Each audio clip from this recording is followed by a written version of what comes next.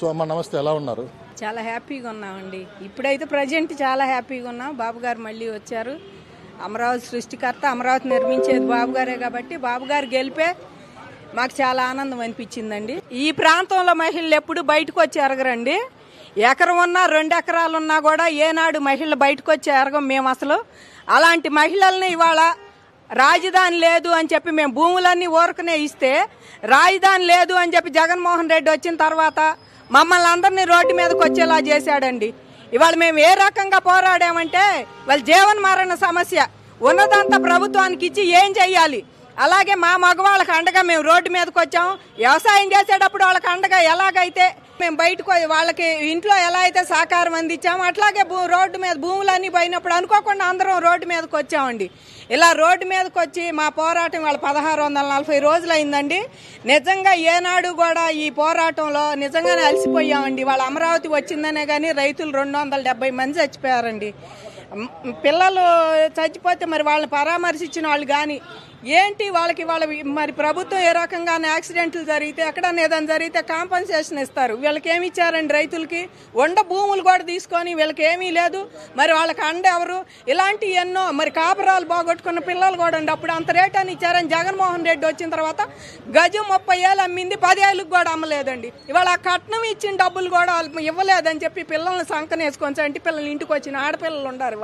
ఇవాళ ఎన్నో బాధలండి. వాళ్ళ అమరావతి వచ్చింది. ఈ 5 ఏళ్లలో ఎంత జరిగిందో తెలుసా అండి? ఒక్కొక్క మహిళ మీద 20 కేసులు పెట్టారు. వాయిదాలకు తిరుగుతున్నాం. ఒక్కరోజు మేము వాయిదాలకు 2-3 వాయిదాలకు అటెండ్ కాకపోతే జడ్జి గారు అంటున్నారు, మీరు కనుక ఈసారి రాకపోతే అరెస్ట్ వారెంట్ ఇస్తామమ్మా అని. మాకేనా అది? ముఖ్యమంత్రికి కాదా? జగన్మోహన్ రెడ్డికి చాలదా చట్టం?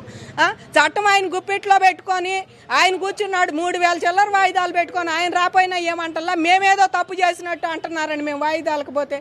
కాబట్టి వాళ్ళ రైతులు వచ్చింది అమరావతి కానీ 5 ఏళ్లలో బాగా నలిగిపోయామండి. అందరం కూడా నిజంగా 25,000 మంది 5 ఎకరాల లోపల రైతులమే ఉండామండి. 26,000 మంది మేము.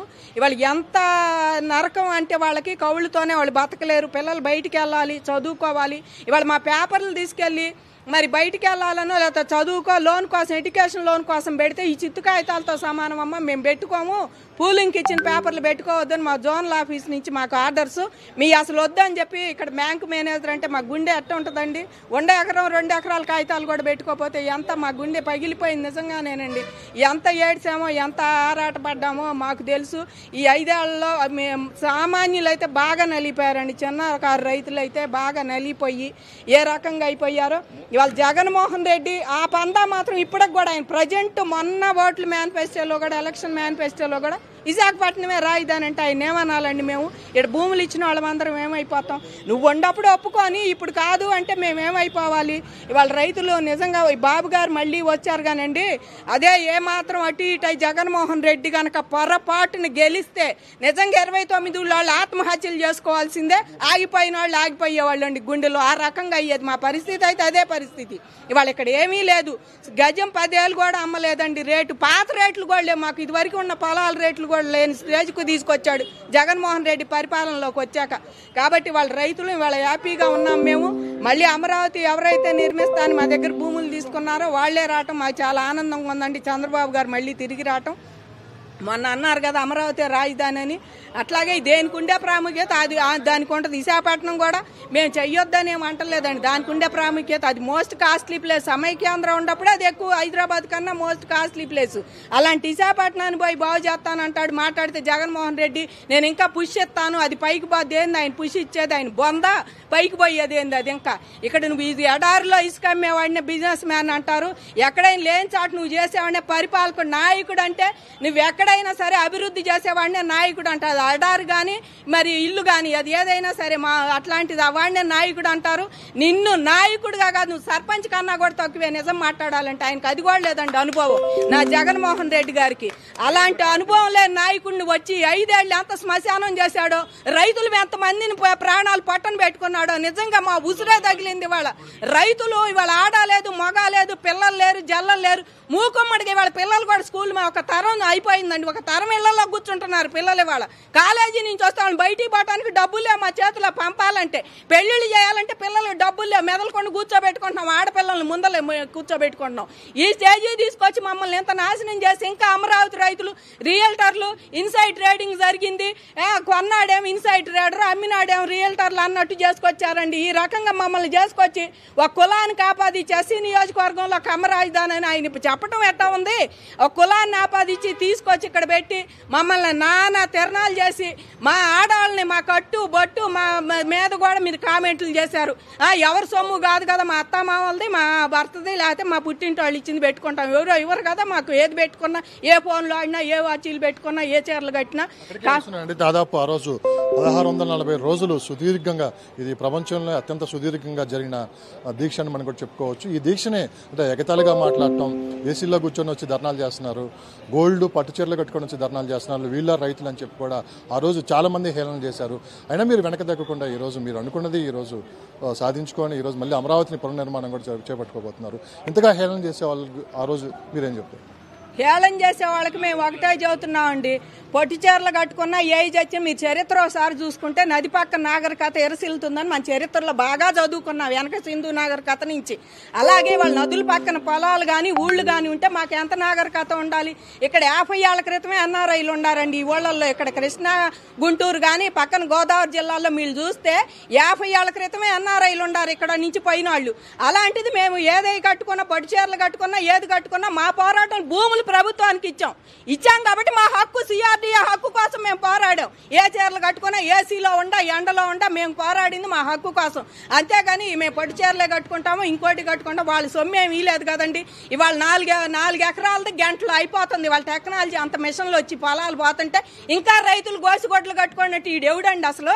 ఇంకా కట్టుకొని తిరగమంటే ఎట్లా? టెక్నాలజీ పెరుగుతుంది, చోటల్లో అయినా మిషన్లు ఎన్ని వస్తున్నాయి. వాళ్ళ పొలాలు నూర్పిడి కాడి నుంచి అన్ని చేసే మిషన్లు వస్తుంటే ఇంకా మీరు పైకి మోకాళ్ళ పైకి చీరలు కట్టుకోండి అని ఆడాలని, మరి మగాళ్ళని పంచెలు కట్టుకోండి, లేదా బన్నీలు తొడుక్కోండి, పేడ తట్టలు తీసుకొని తిరగమంటానికి వీళ్ళకి సిగ్గులేదేమో. ఇంకా ఇట్లా ఉండాలి రైతులు రాష్ట్రంలో అనుకుంటున్నాడు. అలా చెయ్యాలనే జగన్మోహన్ రెడ్డి రైతుల్ని బాగా అణిచివేతకు గురి చేశాడండి. ఆయనకు ఒకటే ఏయమ్మండి, చంద్రబాబు గారు ఏది చేసినా నేను చేయకూడదు, చంద్రబాబు గారు చేసింది నేను చేయకూడదు, అదే ఆయన లక్ష్యం, ఆయనంతా అదే. అందుకే అమరావతి చంద్రబాబు గారి సృష్టికర్త. ఆయన మార్చినా మార్చపోయినా చరిత్రలో మార్చలేని నిజం, చంద్రబాబు అనేవాడు నవ్యాంధ్రప్రదేశ్కు మొదటి ముఖ్యమంత్రి చంద్రబాబు గారే. అమరావతి సృష్టికర్త చంద్రబాబు గారు. ఇది ఆయన చరిత్రలో ఎన్నటికీ మార్చలేని నిజాలండి. ఇవన్నీ మారుతున్నాడు. అమరావతి ఆపేశాడు, 3 చోట్ల అభివృద్ధి జరగాలి అందుకని ఆపాను నేనని చెప్పి అదొక కథ అల్లుకొచ్చాడు. మరి పోలవరం ఎందుకు ఆపాడండి ఆయన? అదెందుకు చేయలేదు నువ్వు? రాజశేఖర రెడ్డి గారి కళది నేషనల్ ప్రాజెక్టు. మీకు ఇవాళ ఆంధ్ర బెనిఫిట్ పొందేదే ఎక్కువ ఆంధ్రాకి, పోలవరానికి. మీరు అలాంటి దాన్ని కూడా, మీరు రాయలసీమకు కూడా అది బెనిఫిట్, అలాంటి దాన్ని కూడా నువ్వు ఆపేసావంటే నువ్వు చంద్రబాబు మీద కక్ష అనుకోకుండా మేము అనుకుంటామా? నీకు రాష్ట్ర ప్రజలు సుఖంగా ఉంటాం కానీ వాళ్ళ ప్రయోజనాలు కానీ మీకు లేదండి. జగన్మోహన్ రెడ్డికి అసలు పట్టవు. చంద్రబాబు గారు ఏం చేశారా దాన్ని ఎలా పక్కకు నెట్టేయాలి, చంద్రబాబు గారు ఏం చూశారు దాన్ని ఎలా తీయాలి, ఈ దీంట్లోనే పనిచేశాడండి 5 ఏళ్ళు.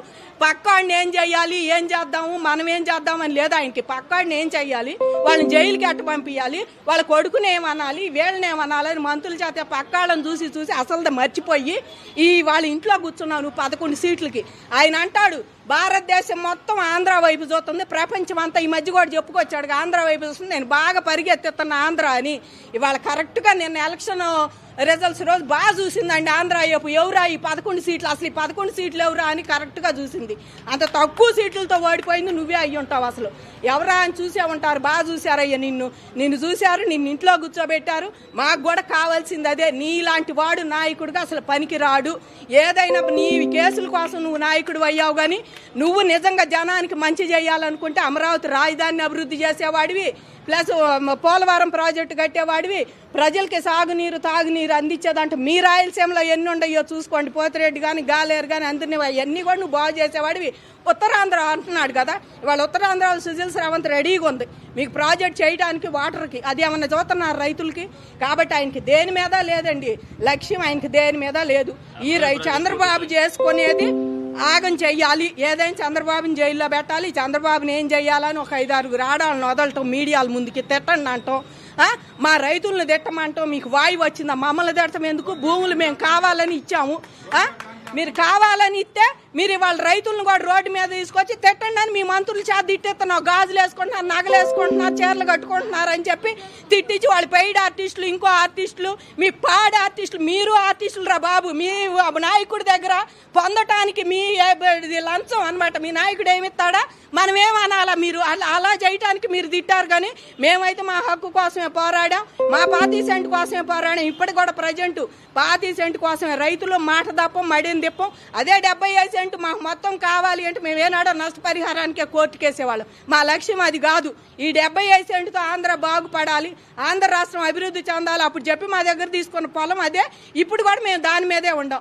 75 సెంట్తో ఇంకా 9,000 ఎకరాలు ఉంది, 8,000 చిల్లర ఉంది ఎకరాలు ఇక్కడ. ఆ పొలంతో ఇవాళ మన పక్క రాష్ట్రంలో 100 కోట్లు అంటే అమ్మో అనుకుంటున్నాం మనం. అలాంటి పొలం ఇంకా ఇక్కడ 8,000 ఉంది ఇంకా ఎకరాలు.